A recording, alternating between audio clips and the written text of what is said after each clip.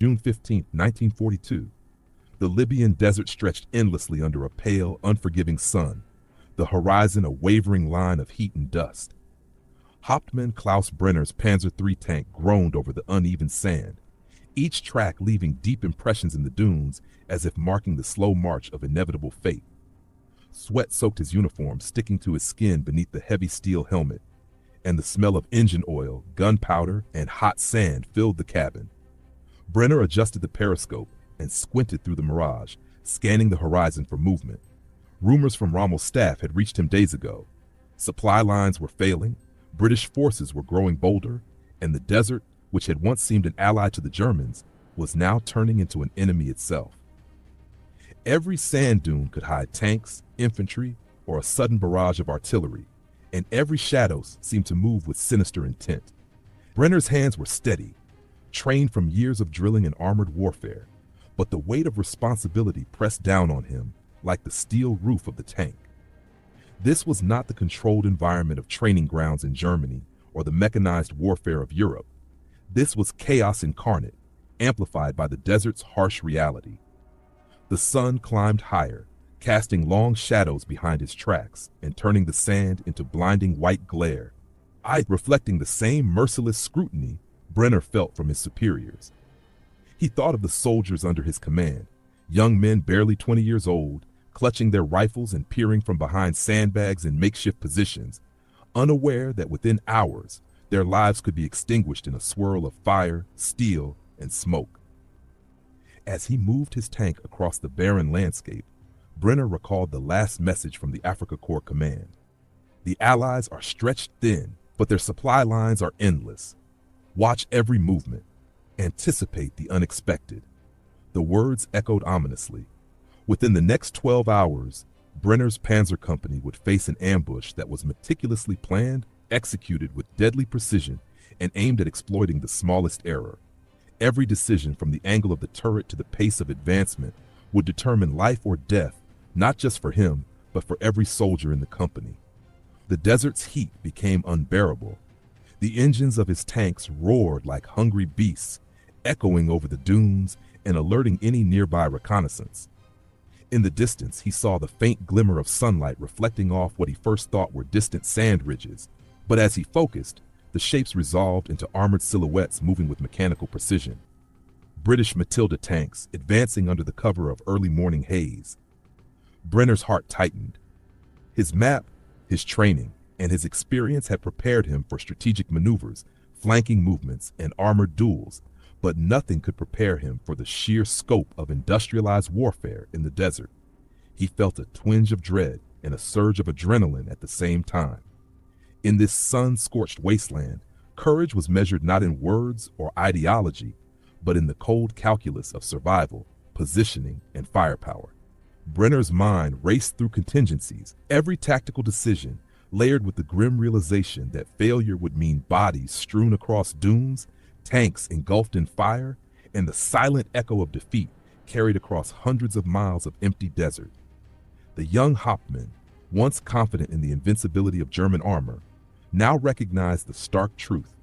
The desert was a battlefield of attrition, a place where human endurance collided with mechanical might, and where the relentless tide of Allied resources threatened to overwhelm even the most disciplined formations.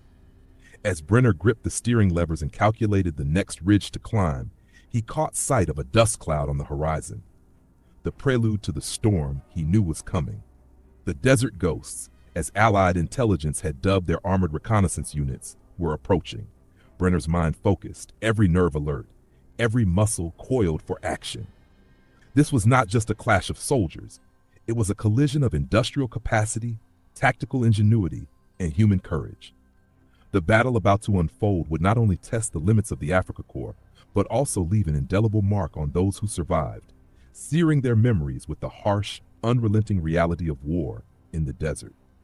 For Brenner, the day that had begun with the calm of dawn would end in fire, smoke, and steel, forever defining what it meant to be a panzer commander facing an enemy that seemed to appear from nowhere, striking with precision, and vanishing as quickly as it came. As the dust cloud thickened on the horizon, Hauptmann Klaus Brenner tightened his grip on the tank controls, every sense stretched to its limit. The desert, which had moments ago seemed empty and indifferent, now vibrated with the faint hum of distant engines and the subtle rattle of armored treads against coarse sand. He signaled to Lieutenant Weber in the neighboring Panzer IV, and their crews exchanged terse nods. No words were necessary. The Afrika Korps had trained for months in simulated desert engagements, but simulations could never replicate the oppressive heat, the unrelenting glare, or the deceptive mirages that could mask an entire battalion. Brenner adjusted the elevation of his gun, trying to anticipate where the enemy might strike first. Intelligence reports had warned of British desert rats advancing in coordinated waves, with supporting artillery and reconnaissance teams using every advantage of the terrain.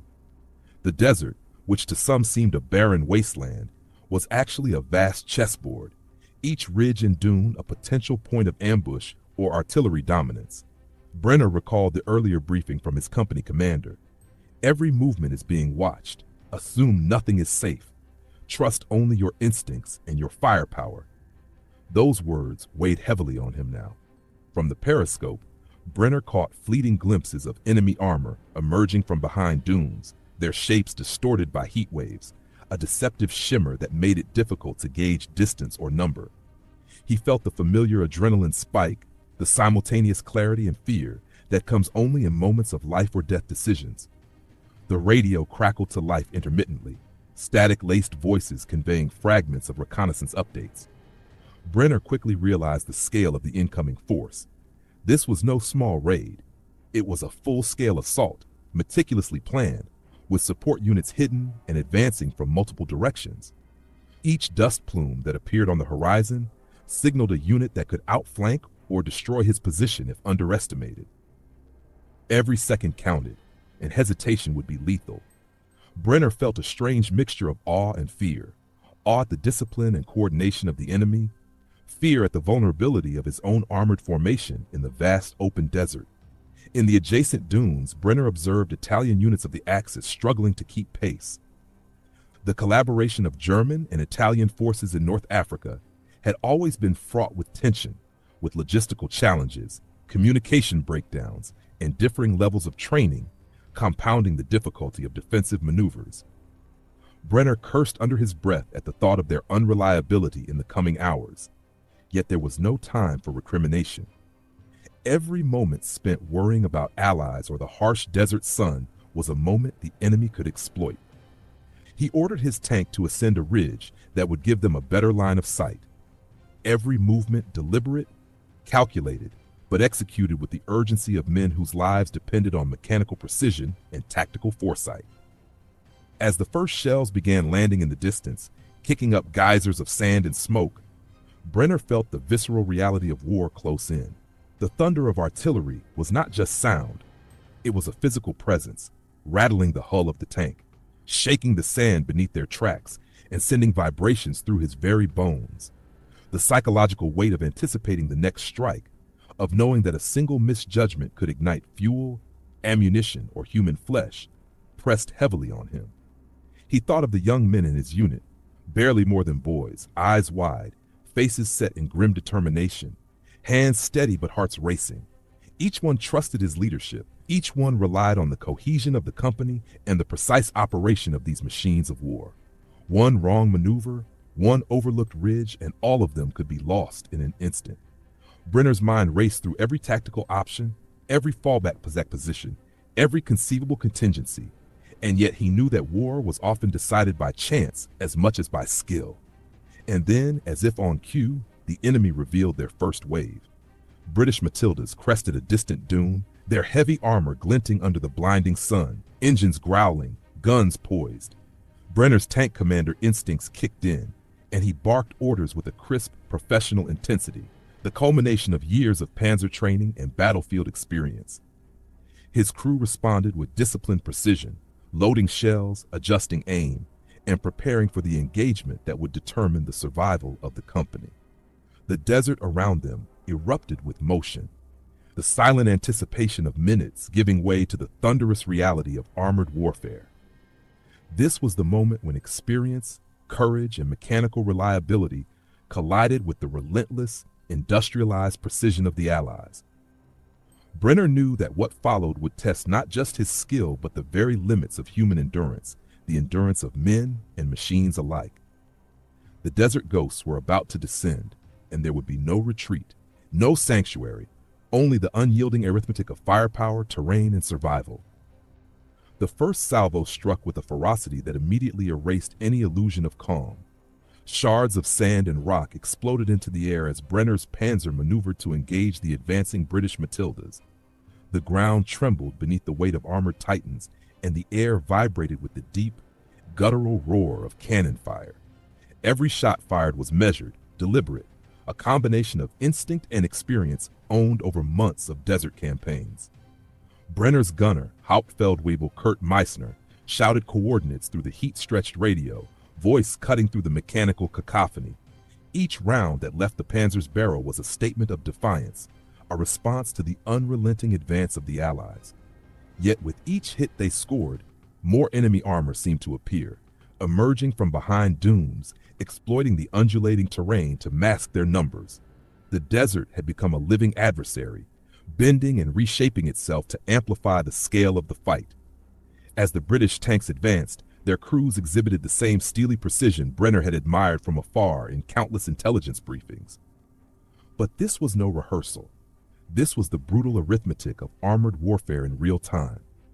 The Matilda's relatively slower speed was offset by their heavier armor, and Brenner quickly realized that penetrating their frontal plates would require carefully calculated shots at weak points.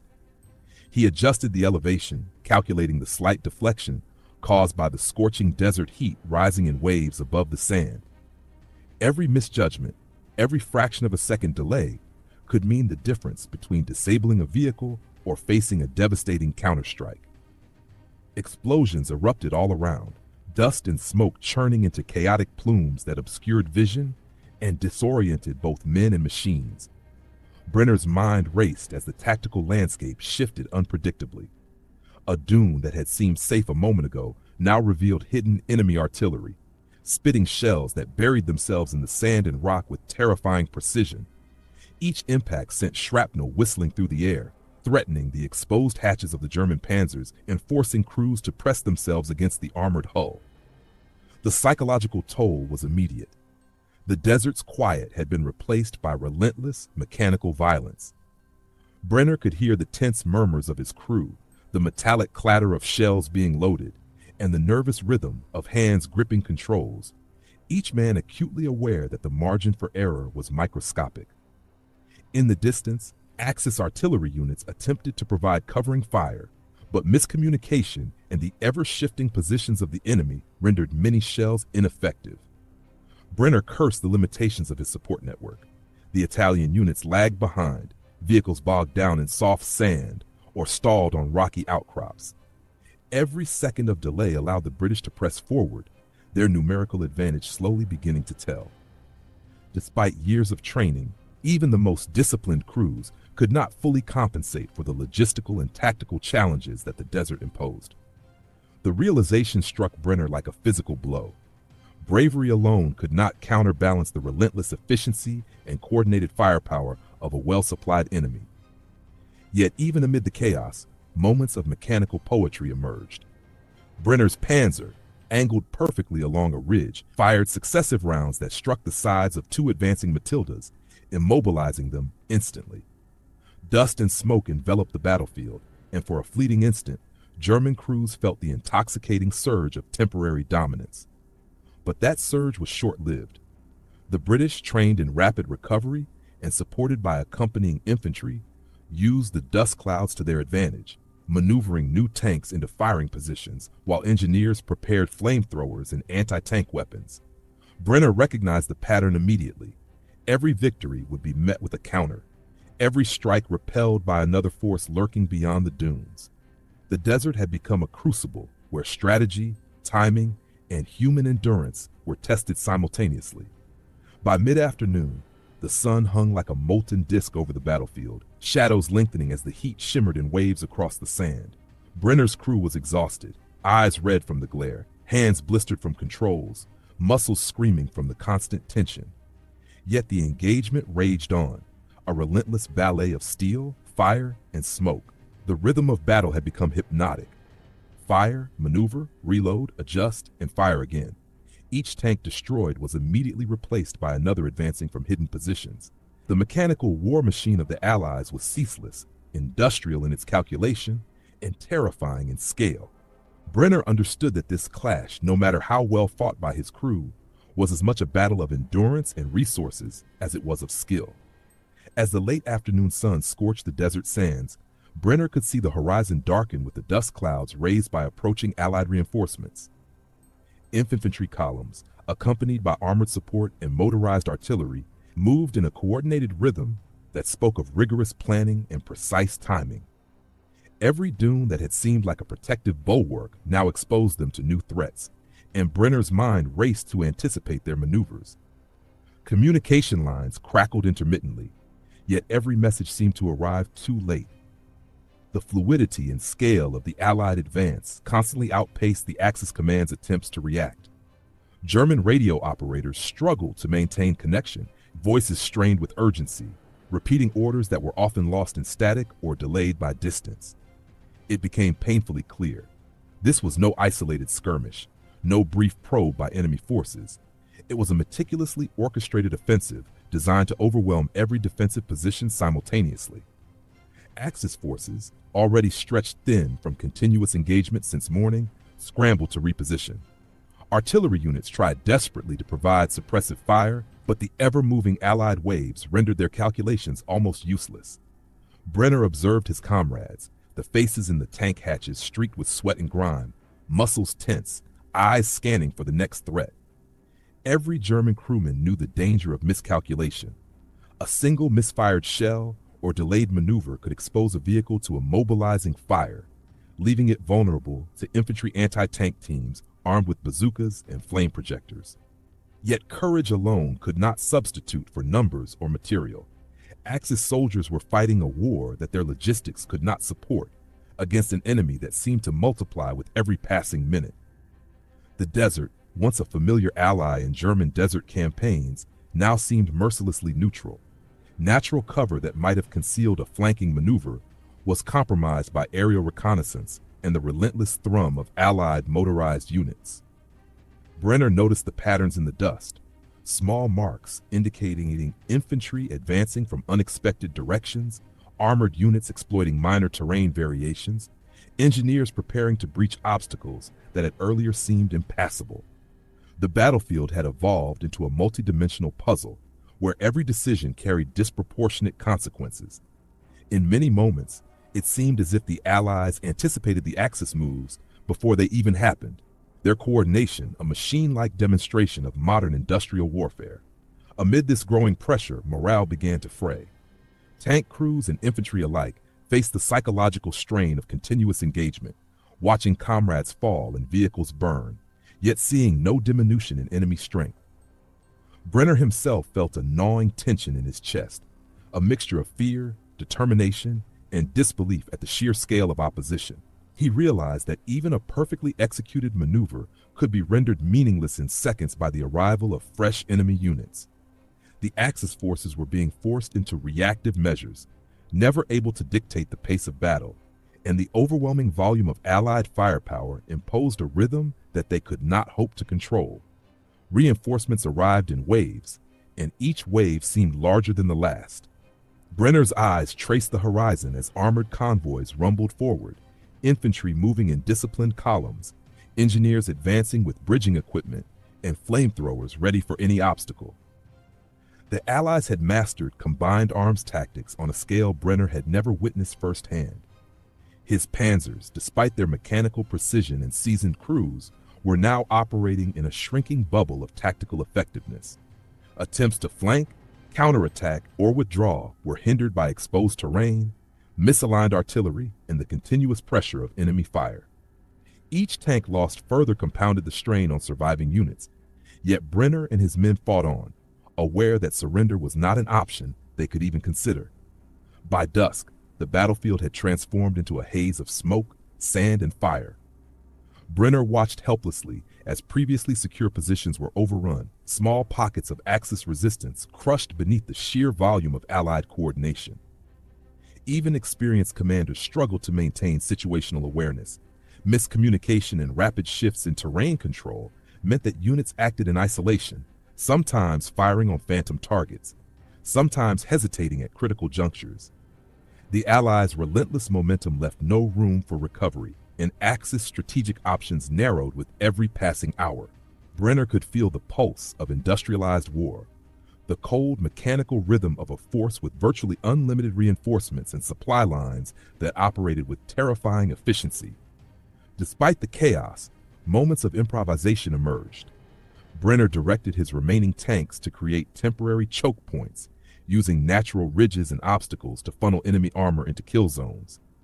His crew executed maneuvers with uncanny precision, disabling advancing Matildas and inflicting temporary setbacks. Yet for every success, 3 more enemy vehicles seemed to take their place, a relentless cycle of attrition that highlighted the numerical and logistical superiority of the Allied forces. Every destroyed tank or neutralized artillery position was a fleeting triumph, immediately overshadowed by the inexorable tide of reinforcements approaching from the horizon. As night approached, the battlefield was a sprawling tableau of fire, smoke, and relentless motion. Brenner's panzers, scarred and damaged, still moved with mechanical persistence, a testament to human determination intertwined with engineering brilliance. Yet the psychological of the day pressed heavily on every man. Exhaustion, fear, and the constant drumbeat of enemy assault coalesced into an almost tangible presence. The realization settled in: victory was no longer a function of skill or bravery alone. It depended on resources, numbers, and the ability to sustain relentless pressure, a lesson Brenner would never forget. As darkness fell over the desert, the battlefield transformed into a chaotic labyrinth of shadows and sporadic flare light. Brenner's unit, battered and exhausted from relentless Allied pressure, began executing a cautious withdrawal, attempting to preserve what remained of their forces for a possible regroup at more defensible positions. Yet even retreat offered no solace. The Allies, operating with night reconnaissance units and mechanized patrols, shadowed every Axis movement. Dust clouds kicked up by retreating vehicles became markers for enemy artillery and mortars, which rained down with lethal precision. Brenner's radio crackled with fragmented reports from scattered units, columns delayed by destroyed bridges, infantry pinned down by overlapping fields of fire, and armored detachments immobilized in sand traps. Each message confirmed a terrifying truth. The retreat was not a maneuver, but a slow, punishing gauntlet through which survival hung by a thread. Despite these overwhelming odds, Brenner and his men moved with mechanical discipline. Crews coordinated with hand signals, prearranged flare codes, and whispered commands, navigating minefields, wreckage, and pockets of enemy resistance. The night amplified every sound: the rumble of engines, the sharp staccato of distant gunfire, the eerie clatter of debris, creating a surreal symphony of war that disoriented even seasoned soldiers. Brenner's own tank shuddered from near misses, the heat of its engines mingling with the oppressive tension in the air. Every obstacle, whether natural or man-made, seemed amplified by darkness, while every movement was scrutinized by unseen eyes. The desert night had become an active adversary, masking threats yet exposing weaknesses to those with superior reconnaissance. Small skirmishes erupted as fragmented Axis units collided with advancing Allied patrols. Brenner's panzers engaged in brief but intense firefights, targeting advancing Shermans and Matildas with precision, yet their success was fleeting. Every destroyed Allied vehicle seemed to be replaced almost immediately by fresh units emerging from the desert horizon, a constant reminder that numerical and logistical superiority had shifted the calculus of war irreversibly. Infantrymen, carrying ammunition and assisting wounded comrades, moved through a gauntlet of sporadic machine gun bursts and tracer fire. Their courage contrasted sharply with the crushing weight of exhaustion and the psychological strain of facing an unending enemy. In these moments, the desert became both a graveyard and a proving ground, testing every ounce of training, ingenuity, and survival instinct that Axis soldiers possessed. The psychological toll on Brenner's men grew exponentially as retreating columns encountered isolated pockets of Allied artillery that had been repositioned under cover of darkness. Each sudden volley of shells, landing with devastating accuracy, forced immediate halts, reorientation, and rapid countermeasures. Brenner watched as entire infantry squads were decimated in moments, vehicles burned in eerie black and white silhouettes, and the desert terrain, once familiar, transformed into a nightmarish obstacle course. Survival depended not on individual skill alone, but on collective coordination, a coordination continuously disrupted by fragmented communication, enemy interdiction, and the constant threat of ambush. Amid this chaos, Brenner noted moments of improvisation that offered brief glimpses of hope. Engineers, under relentless pressure, laid makeshift bridges over destroyed supply routes, while tank crews executed daring maneuvers to shield retreating infantry. These coordinated micro-actions demonstrated the tactical skill of Axis soldiers, yet they were increasingly overshadowed by the overwhelming scale and efficiency of Allied operations. Brenner realized that courage and ingenuity, while essential, were now subordinate to the brutal arithmetic of modern warfare. Numbers, supplies, and sustained firepower dictated outcomes with merciless impartiality. As the night deepened, scattered flare light illuminated scenes of surreal intensity. Burning vehicles casting long shadows over dunes, soldiers running between cover, tracer rounds streaking across the darkened sky. Every movement risked detection, every pause invited destruction. Brenner's mind struggled to maintain situational awareness, scanning for both imminent threats and potential escape routes, while simultaneously calculating the remaining combat effectiveness of his unit.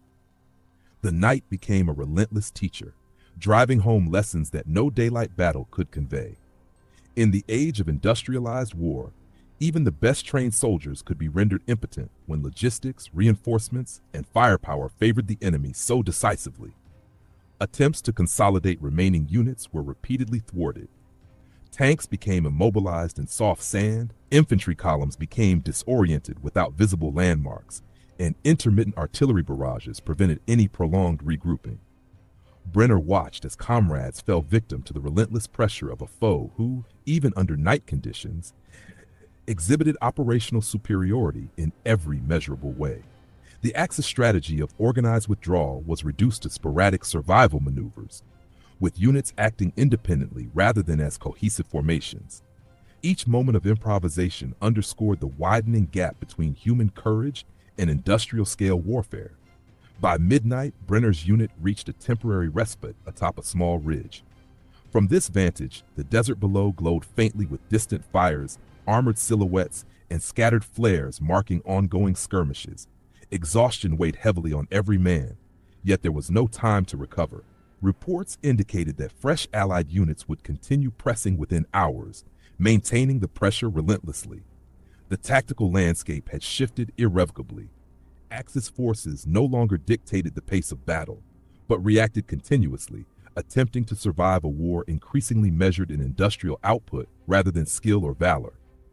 In these hours of darkness, Brenner confronted the human dimension of industrialized warfare. The retreat through the night illustrated that no level of training or heroism could overcome the sheer volume and efficiency of enemy operations. Survival was fleeting, tactical victories momentary, and every action existed within a larger framework dictated by supply lines, reinforcements, and mechanized precision. Brenner's men endured, improvising under pressure, yet they were acutely aware that their struggle was against a force whose capacity to replenish, reorganize, and sustain itself far exceeded anything they could muster. As the night stretched on, Allied air superiority became a relentless force that Axis units could neither evade nor counter effectively. Even under the cloak of darkness, reconnaissance planes and sporadic night bombers illuminated retreating columns with searchlights and tracer flares, exposing every movement to artillery observers positioned miles away. Brenner's unit, already exhausted from continuous withdrawal and sporadic firefights, now faced the terrifying reality that nowhere in the desert offered true concealment. Allied pilots, trained for precision nocturnal operations, marked supply depots, hidden vehicles, and scattered infantry positions with uncanny accuracy.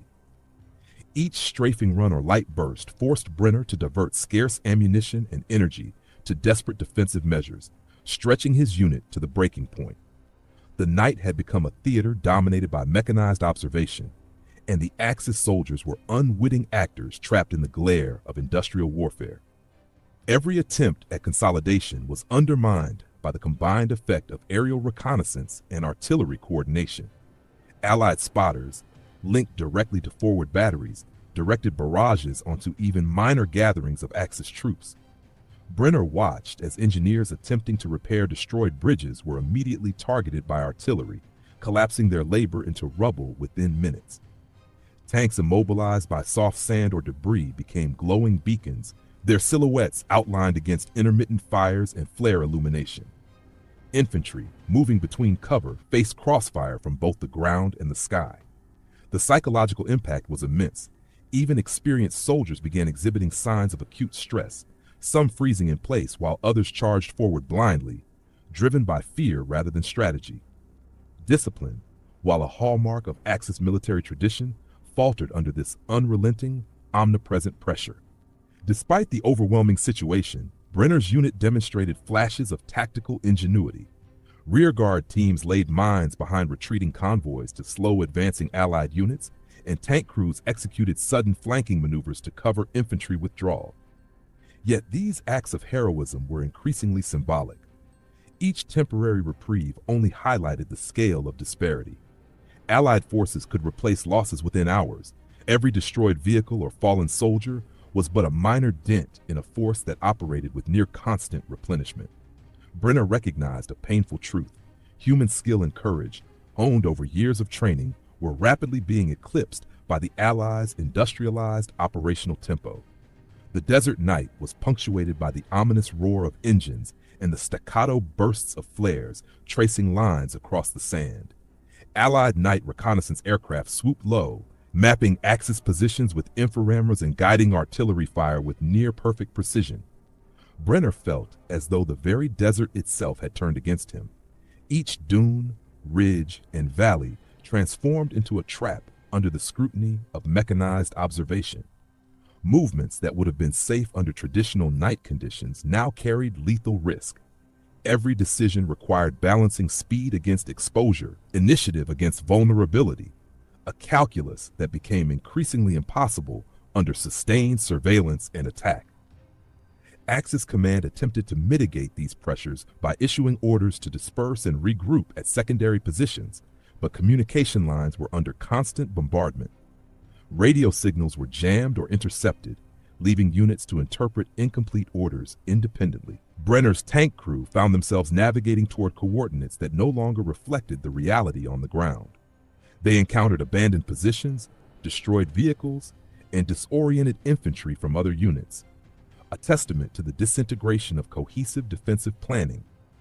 Each movement became a gamble, where survival depended as much on intuition and luck as on training. Amidst the chaos, Allied artillery displayed an industrial efficiency that astounded even seasoned officers. Batteries synchronized to fire in cascading waves, each shell landing with precision calculated by forward observers and aerial spotters. The combination of mechanized observation, aerial dominance, and rapid-fire artillery created a layered battlefield in which Axis soldiers could no longer maneuver effectively. Brenner watched entire squads decimated without warning, their positions revealed instantly by flare light and artillery coordination. The night had transformed into a relentless predator, consuming men, vehicles, and morale alike with methodical efficiency. Brenner's mental and physical endurance were tested to the limits. Exhaustion mingled with fear as the relentless presence of enemy aircraft and artillery meant there were no moments of rest. Soldiers could not sleep, eat, or tend to the wounded without exposure to immediate danger. Even minor actions, like extinguishing a burning vehicle or repositioning supplies, required careful coordination and rapid execution. Each decision carried high stakes, with errors resulting in immediate casualties. The battle had evolved beyond simple tactics. Survival depended on continuous adaptation under constant, multidimensional pressure. The Allied night offensive demonstrated a new form of warfare, one where technology, coordination, and industrialized firepower rendered traditional defensive strategies almost obsolete. Brenner and his men, trained to face superior forces in conventional combat, found their skills inadequate against a foe capable of maintaining near constant pressure with precise efficiency. The concept of a safe retreat, previously a cornerstone of military doctrine, no longer existed. Every action was observed, every movement countered, and every reprieve temporary. By the first light of dawn, Axis units had already suffered attrition beyond what any daylight battle could have inflicted, setting the stage for an inevitable breakdown of cohesion and combat effectiveness. As the hours dragged on, Brenner understood that the desert night had not only tested his unit's physical endurance, but had also irrevocably eroded their psychological resilience. The Axis soldiers were no longer merely fighting for tactical positions. They were grappling with the realization that the enemy's industrial and operational superiority made their own efforts almost irrelevant. Courage remained, but in the face of overwhelming force, it was now an insufficient weapon. The night had made one truth painfully clear. Modern warfare belonged to those who could combine relentless observation, precision firepower, and inexhaustible resources, and Axis forces were being swept aside in a tide they could neither halt nor escape. As the first pale light of dawn broke over the desert horizon, the full weight of the Allied offensive revealed itself in all its terrifying scope. Brenner's unit, already battered from a relentless night under aerial observation and artillery fire, now faced an onslaught that combined precision bombing, rapid infantry advances, and mechanized assaults. From miles away, Allied tanks and armored vehicles rumbled forward, coordinated with artillery strikes that struck previously safe positions. The desert, once a vast expanse where troops could maneuver, had become a meticulously charted killing ground. Allied commanders, using intelligence gathered from night reconnaissance, directed their forces to exploit weaknesses with surgical accuracy, leaving Axis units trapped in crossfires they had no means to counter. Every ridge and dune offered no sanctuary. Each advance was met with suppressive fire, and each retreat was funneled into carefully prepared kill zones. Brenner watched in disbelief as his rearguard, tasked with covering retreating infantry, was obliterated in minutes by coordinated artillery barrages. The very concept of sequential combat, holding a line, regrouping, and counterattacking, had been rendered obsolete by the Allies' ability to simultaneously observe, calculate, and strike across multiple dimensions. Supply convoys attempting to reach the front were intercepted by airstrikes or forced to detour through mined routes, delaying critical ammunition and provisions.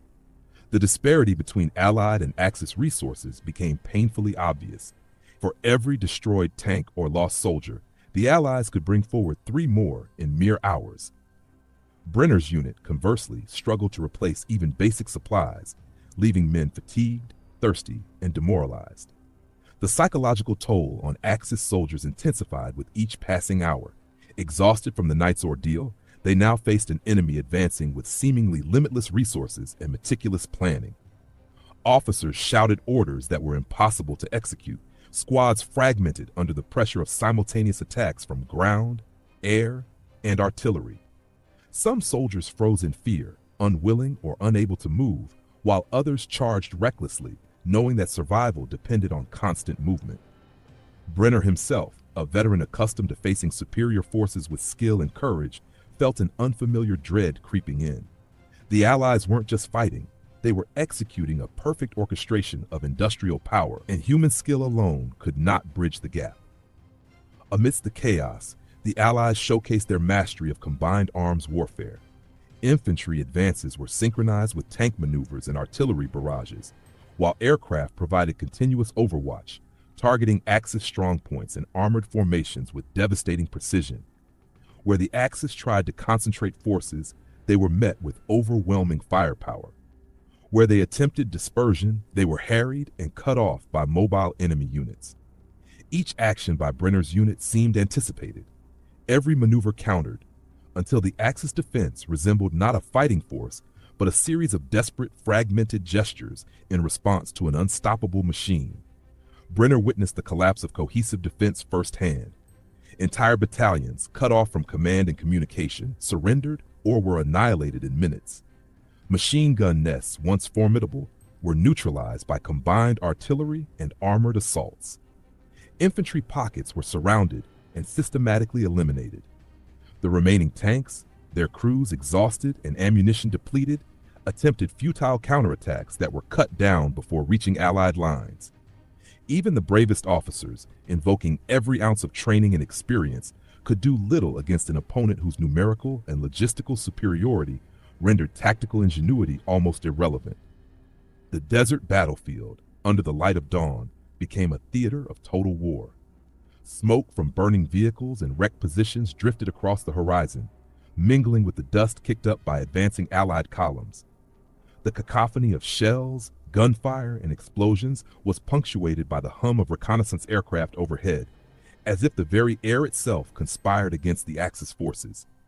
Brenner's soldiers, many of whom had survived the night, now faced the crushing realization that their environment had been transformed into an instrument of their own destruction.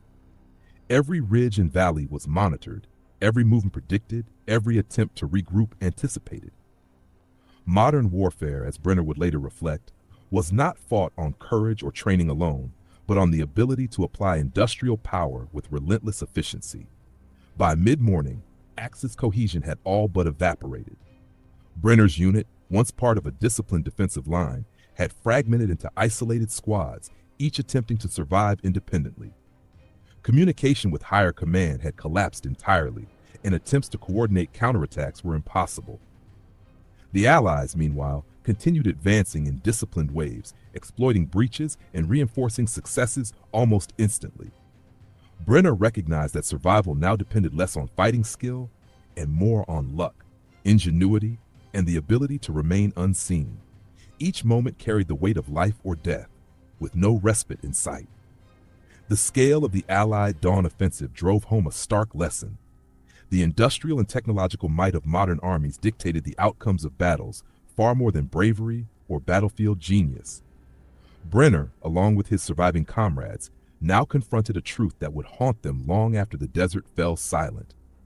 No matter the courage, training, or resolve, they were being overwhelmed by a force whose strength lay in its relentless, calculated application of resources, firepower, and coordination. The Axis presence in the desert, formidable in theory, was now crumbling under the unforgiving mathematics of industrial warfare.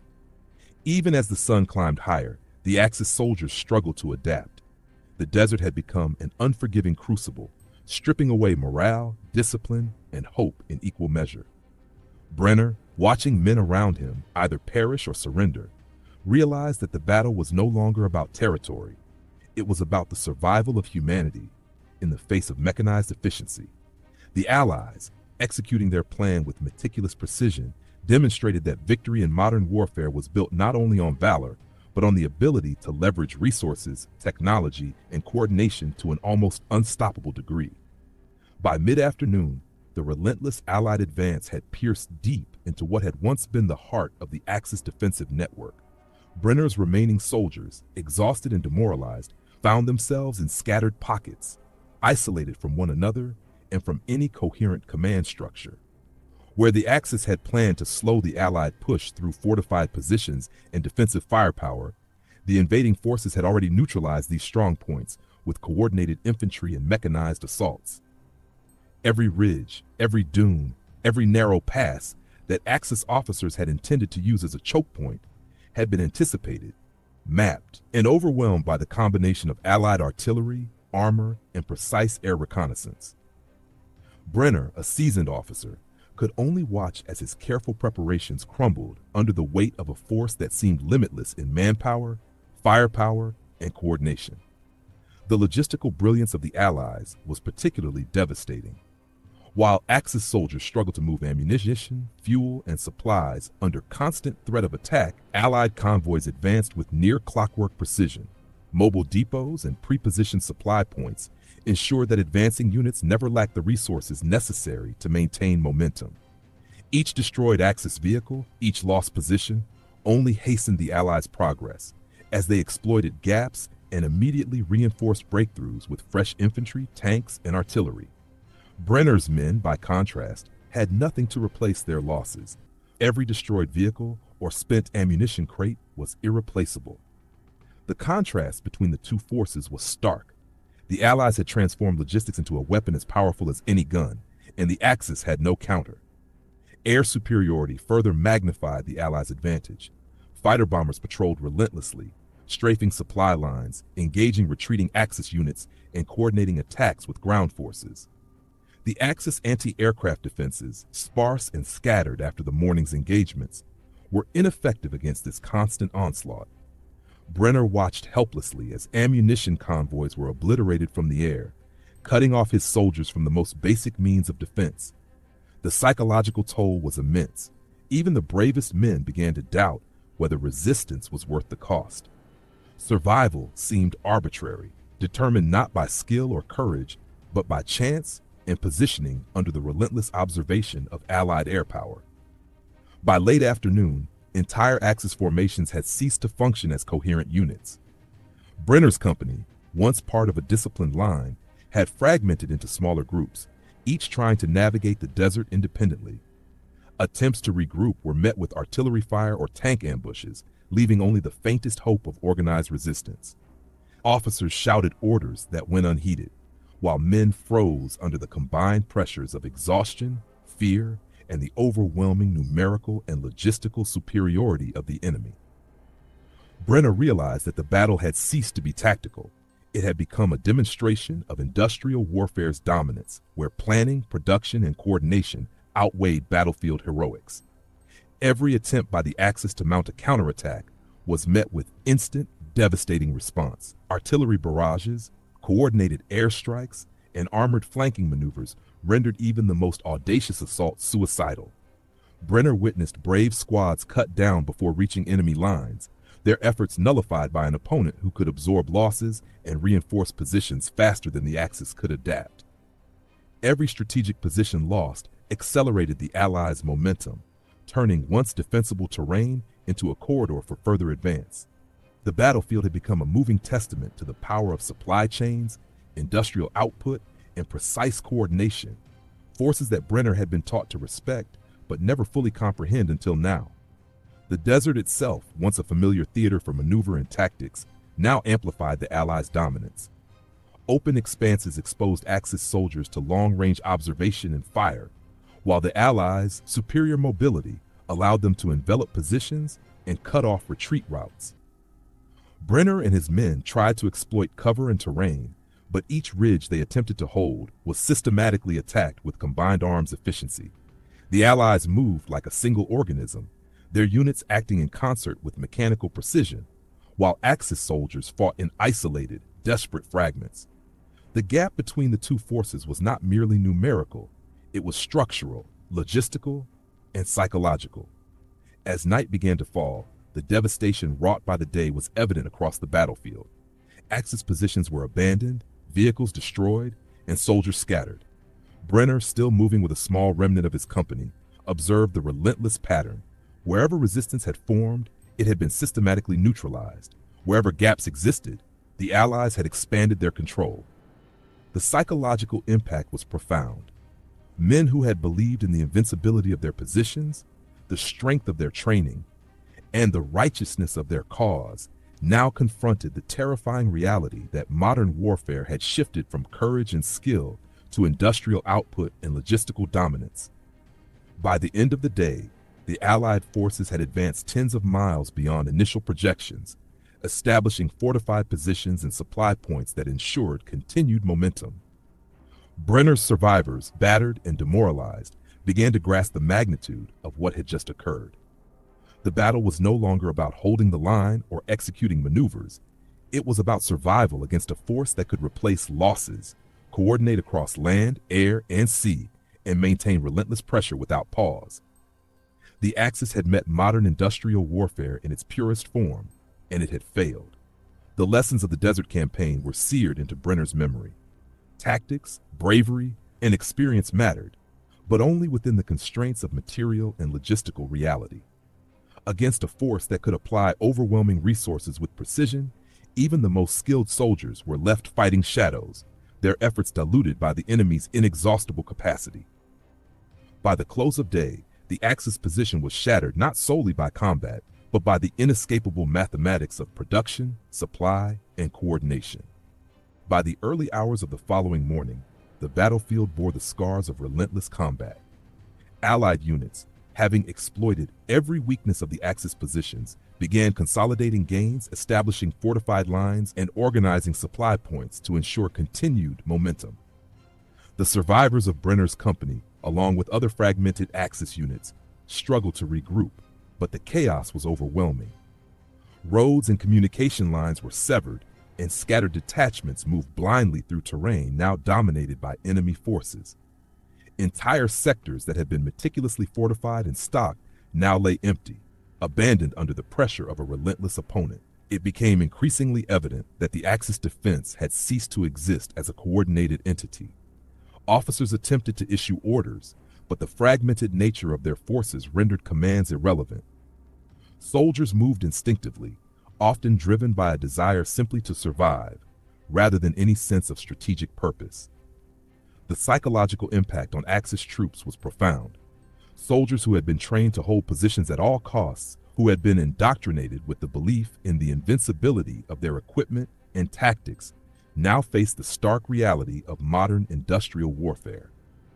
Every position they had fortified, every ammunition stockpile they had counted on, every tactical plan they had devised had been rendered meaningless by an opponent whose strength was inexhaustible and whose coordination was flawless. Panic and despair spread through the ranks. Some units surrendered at the mere sight of approaching Allied forces, preferring captivity to the certainty of death. Others attempted desperate counterattacks but were annihilated in minutes by artillery, tanks, and aerial bombardment. The collapse was not merely physical, it was deeply psychological. Men who had once marched with pride now fled, frozen, or surrendered, their morale shattered by a force they could not comprehend or outlast. Amid the devastation, Allied forces demonstrated the depth of their operational mastery. Engineers repaired roads, cleared obstacles, and coordinated logistics to sustain the offensive. Medics attended to casualties, while supply convoys replenished ammunition, fuel, and rations without pause. Every captured position was quickly reinforced to prevent counterattacks, while reconnaissance units mapped enemy movements and ensured that isolated Axis survivors could not regroup. The battlefield had transformed into a controlled, mechanized organism where every element functioned in concert to maintain pressure and exploit weaknesses. The contrast between Allied cohesion and Axis fragmentation was stark. Where one army moved with precision and certainty, the other floundered, disoriented, and broken. The surrender of remaining Axis units became widespread by late morning. Brenner himself, now a shadow of the officer he had been, gathered the few survivors of his company to hand over their weapons and equipment. Soldiers who had once believed in the righteousness of their cause now faced the humbling reality of defeat. Allied troops processed prisoners efficiently, ensuring that captured soldiers were treated according to Geneva Convention protocols, further demoralizing the Axis, who had expected cruelty and retribution. The surrender, while orderly from the Allies' perspective, was a psychological hammer, driving home the lesson that resistance against an industrially and logistically superior opponent was futile.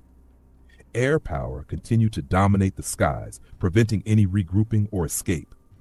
Fighter bombers patrolled relentlessly, and reconnaissance planes monitored the entire battlefield, transmitting real-time intelligence to ground units. Any attempt by Axis units to maneuver or counterattack was detected and neutralized before it could gain momentum. Brenner's few remaining tanks and armored vehicles were either destroyed or captured, and artillery units were rendered impotent without ammunition or coordination. The Axis forces that had once projected strength across the desert now existed only as remnants, moving aimlessly under the shadow of Allied dominance. By late afternoon, the battlefield had been secured. Allied units consolidated positions, established field hospitals, and organized logistical hubs to ensure the continued advance. Captured Axis equipment was inventoried or destroyed to prevent reuse. Soldiers who had faced months of attrition and exhaustion now found themselves in relative safety, surrounded by comrades and a system that functioned like clockwork. The scale of the Allied victory was staggering. Territory captured, forces neutralized, and morale shattered. The Axis, once confident in their fortified positions and tactical planning, were left to reckon with the reality of industrialized warfare, a conflict where human bravery alone could no longer compensate for inferior resources and coordination. The aftermath for Axis officers was grim. Brenner, along with other commanders, recorded detailed reports of failures, noting how logistical superiority, air dominance, and industrial capacity had nullified even the most well-prepared defenses.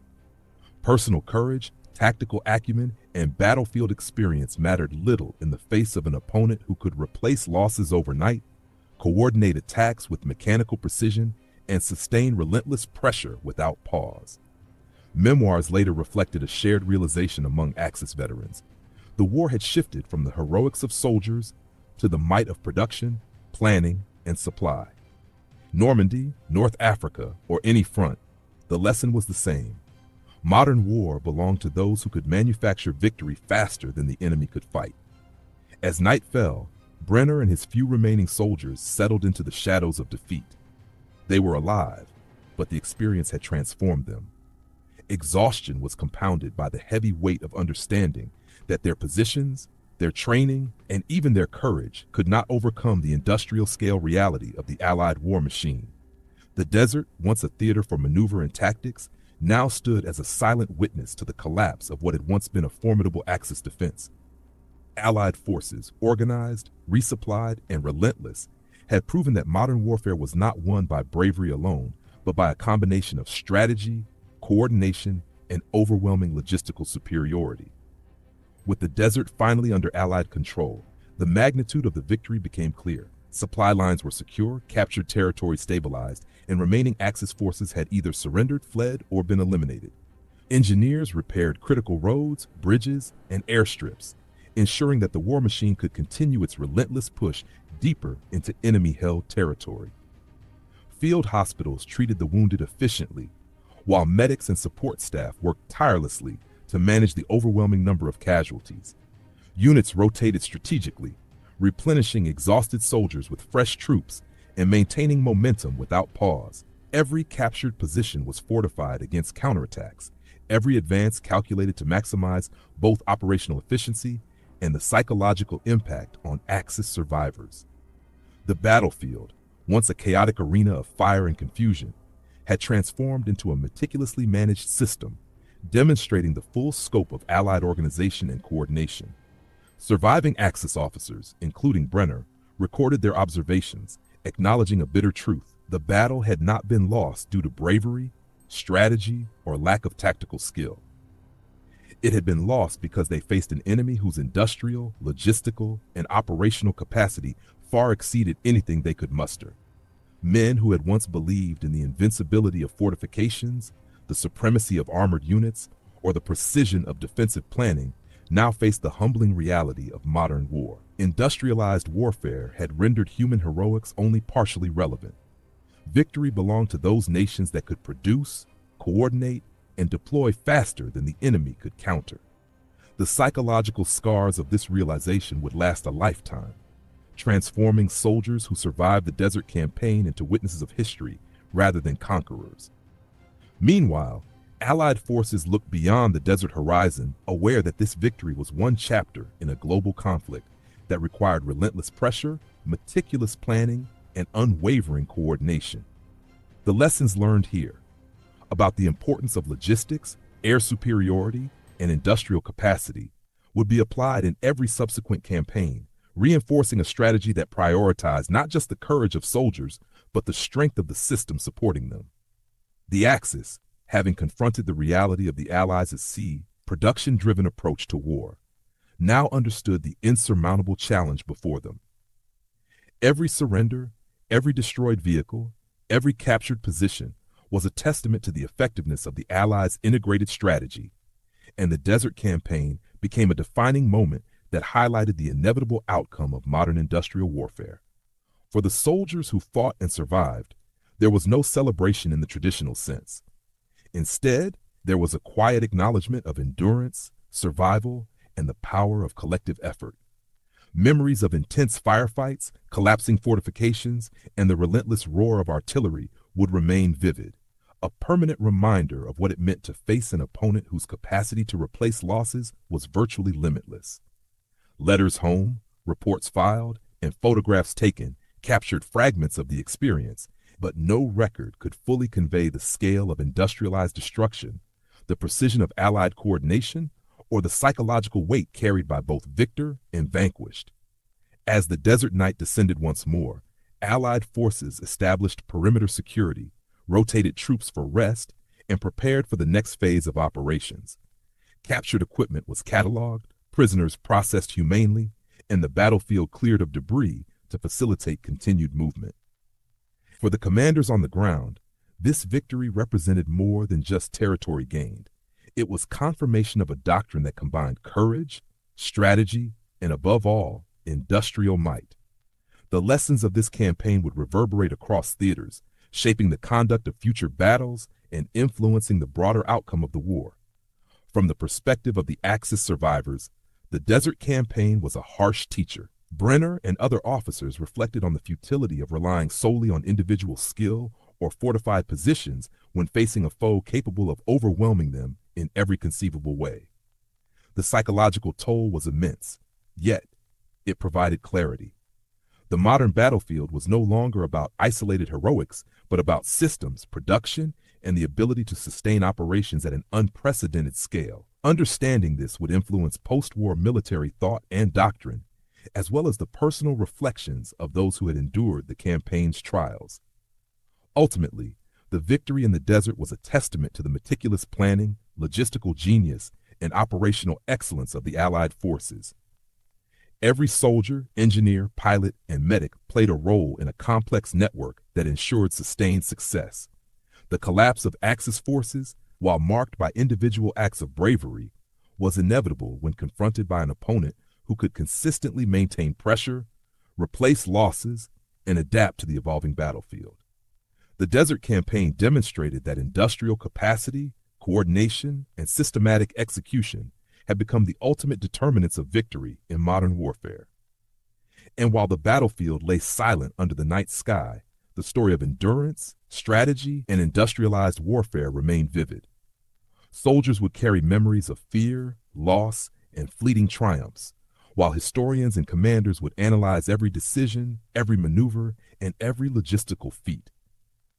It was a powerful reminder that modern war was as much about the machinery of nations as it was about the heroism of individuals.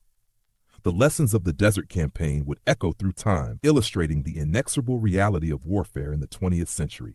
Preparation, production, and precision ruled over raw courage alone. As the campaign concluded, the story of this desert victory was ready to be told, analyzed, and remembered. And this is exactly what we do here at Iron Horizon, bringing the untold stories of World War battles to life, exploring the strategies, struggles, and human experiences behind the headlines. If you enjoyed this deep dive into history, don't forget to like the video and stay tuned for more stories that reveal the full scale of courage, strategy, and industrial warfare that defined an era.